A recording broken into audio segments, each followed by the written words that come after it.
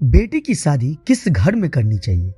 कहा जाता है कि सनातन धर्म में यह माना जाता है कि जिस घर में बेटी का जन्म होता है वह स्वयं लक्ष्मी जी का घर होता है। जैसे जैसे बेटियां बड़ी होती जाती है, माता पिता अपनी बेटियों के भविष्य की चिंता करने लगते हैं और उम्मीद करते हैं कि उन्हें एक अच्छा जीवन साथी मिलेगा। आज के समाज में धनवान लड़के को अक्सर एक अच्छे और आदर्श पुरुष के रूप में देखा जाता है। कई माता पिता लड़के के चरित्र को जाने बिना अपनी बेटी की शादी एक धनी व्यक्ति से करना चाहते हैं। हो सकता है कि शादी आज पहले की तरह सफल ना हो और उसका कोई भी कारण भी हो सकता है। तो दोस्तों, आज हम आपको इस लेख के माध्यम से यही बताने जा रहे हैं कि किसी पिता को अपने बेटी की शादी किस घर में करनी चाहिए। लड़कियों के माता पिता, आप सोच रहे होंगे कि आपकी बेटी को एक अच्छा आदमी मिलना चाहिए जो उसकी देखभाल करे और उसे परेशान न करे। कन्या का विवाह कन्यादान का कार्य है।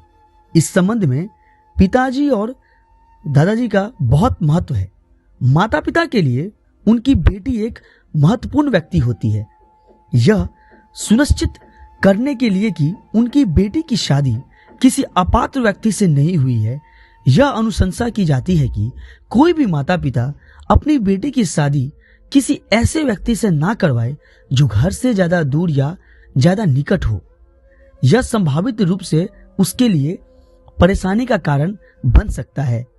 पुरानी कहावतें बताती है कि आपकी बेटी की शादी करने के लिए जरूरी नहीं कि लड़का आपसे ज्यादा अमीर हो पर आपसे गरीब भी ना हो।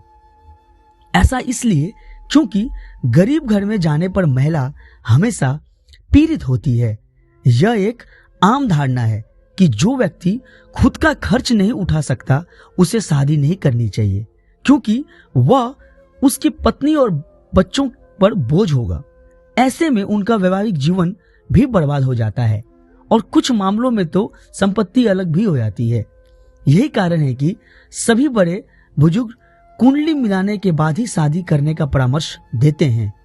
अब मित्रों, आपने ये भी देखा होगा कि कई बार कुंडली मिलने के बावजूद भी शादी के रिश्ते टूट जाते हैं। अब धर्म शास्त्रों के मामले तो ऐसे में वर और वधू की कुंडली के ग्रहों की जिम्मेदारी होती है।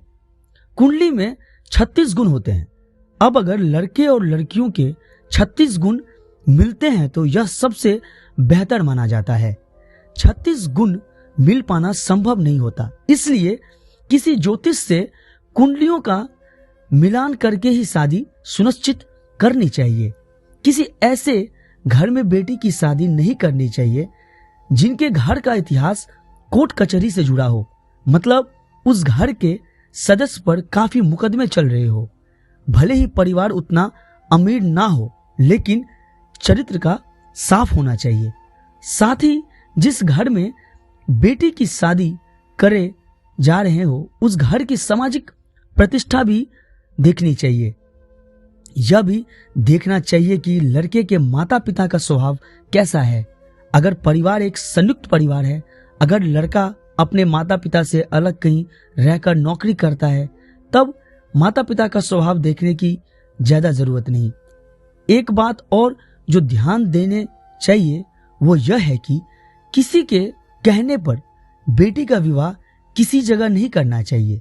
अगर आपने से संबंधी भी आपको किसी घर की सलाह दे तो उसे पहले खुद जाकर देखना चाहिए, तभी आगे बात करने के बारे में सोचना चाहिए।